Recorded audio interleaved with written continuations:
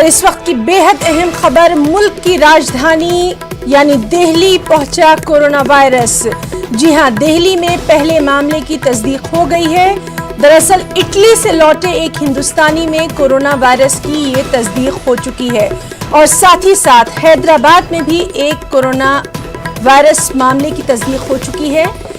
हालांकि मुतासिर शख्स को सख्त निगरानी में रखा जा रहा है। तो मुल्क की राजधानी दिल्ली से ये खबर, जहां पहले मामले की कोरोना वायरस की तस्दीक हो गई है, इटली से लौटे हिंदुस्तानी में कोरोना वायरस की तस्दीक की गई है और साथ ही साथ तेलंगाना की राजधानी हैदराबाद में भी एक कोरोना वायरस मामले की तस्दीक हो गई है। दोनों को ही सख्त निगहदाश्त में रखा जा रहा है। तो अहम खबर, दिल्ली में कोरोना वायरस के पहले मामले की तस्दीक हुई है। इटली से लौटे थे हिंदुस्तानी जिनमें कोरोना वायरस की तस्दीक की गई है और तेलंगाना की राजधानी हैदराबाद में भी कोरोना वायरस के एक मामले की तस्दीक की जा चुकी है।